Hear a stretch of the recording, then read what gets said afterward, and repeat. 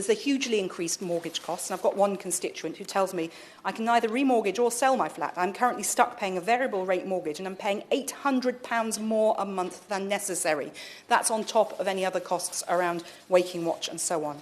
Insurance costs have gone up for blocks around the country, and the excellent group, all-party parliamentary group on leasehold reform, heard about this only a few weeks ago, and that is not something that looks like it's going down. It's something the Minister needs to look at. Yeah. Insurance companies just can't get away with this because the reality of the risk is probably not as high as their algorithm throws up, but it's punitive on the residents. And shared owners, of course, are paying the whole cost of the building, not just the bit that they own, but the whole rental. So it's a problem partly with the shared ownership model.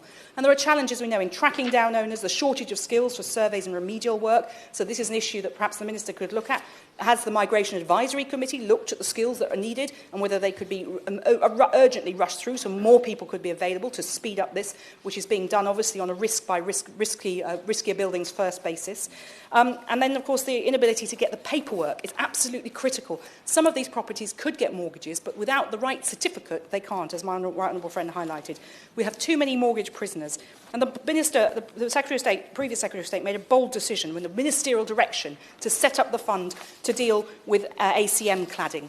The government needs to be equally bold, and if it is looking at loans, it must not make sure that bad developers don't get away with it. It must make sure that loans are to the developer rather than to the owner, because a loan increases the lack of mortgageability.